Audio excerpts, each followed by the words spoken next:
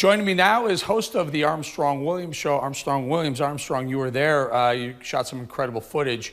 Take us through what you saw, what you heard, what you know, what you think. Well, Eric, it's always a pleasure being on your show. I really appreciate the terrific job that you do.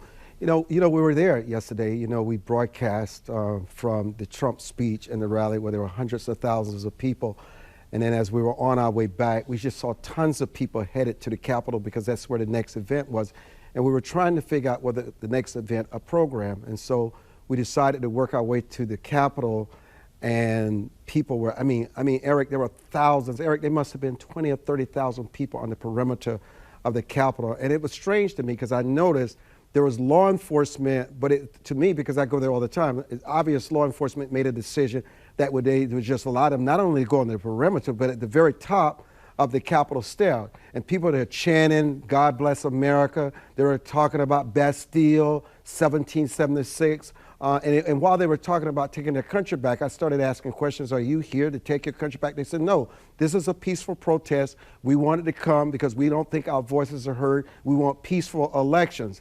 And so everyone was trying to run up to the top of the stairs because they said, what a feeling it is going up to the top of the Capitol stairs. And so we worked our way to the top of the Capitol stairs. And all of a sudden, there's this message that came over that Vice President Pence decided not to challenge Biden being certified as the President of the United States. And I'm telling you, something just transformed the crowd. And somebody standing to my left, I'll never forget, I looked at them, they had a gas mask on, and they said, we need to take back our house and to make sure that they don't certify this election. This is the people's house. This is an insurrection. This is Bastille. And all of a sudden, I'm here on the step of the Capitol. The Capitol door is here. They start pushing forward, and there are these police officers, Capitol Hill police, maybe 3 or 4. And then what started out is pushing. They said, get back, get back. And all of a sudden, somebody pulled out mace, and they started spraying the police. Then they tried to start pulling off the mask that the police had on. Then they were kicking the police. They started beating the police down. And all of a sudden, we were pushed up against the door. And someone said on the other side, stand down,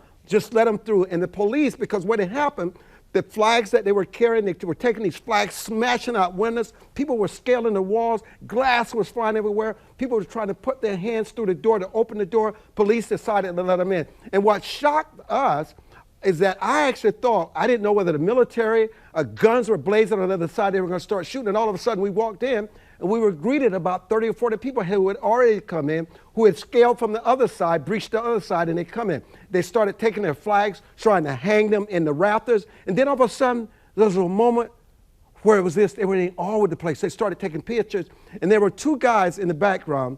To my left, they were in military regalia, and they said, we didn't come here to take pictures. We've come here to take our house back. We need to find them. This is why we're here. And all of a sudden, they were grabbing tear gas and spraying the police, attacking the police, and then the police officers standing back, had their guns out. You could see all these people coming forward, and the police, if there was an opportunity for the police to protect themselves and start shooting, they could have. But I'm telling you, Eric, my respect for Capitol Hill Police, because of, and there were very few of them, but they never fired their gun. They showed restraint, and all of a sudden, the crowd noticed it, and it's as if they said, okay, this is not what this is about. They calmed down, and then they started moving all over the Capitol. They were chanting, they were yelling, they were screaming, they were talking about traitors, how this country is dishonest. They don't believe in the American people anymore. We don't trust them anymore. And then we heard this explosions. We heard 4. There were 4, you could clearly hear that there were gunshots, and you could tell there were big guns. And somebody said, somebody was shot, somebody's bleeding.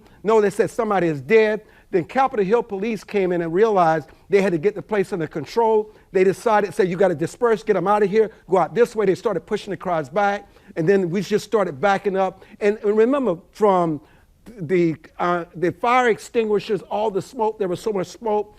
I mean, people were trying to inhale and exhale. It was just pandemonium. It was nothing but a mob. It was not a people. It turned into a mob, and the actions a mob. It was just a mob mentality is what it turned into. You know, Armstrong, I'm so glad you brought this. I think it gives great perspective on what goes on. And for those of you that don't know what goes on around the Capitol, around the buildings that house the Senate and the House of Representatives offices, It's very free-flowing. The public can approach the Capitol steps. It's kind of shocking in this day and age that there was so much access. Unfortunately, my guess going forward is that's going to be locked down further. They'll provide a perimeter around these buildings. Again, the people's houses, yet the actions of a few hurt the opportunity of very, very many. I agree with you, Armstrong.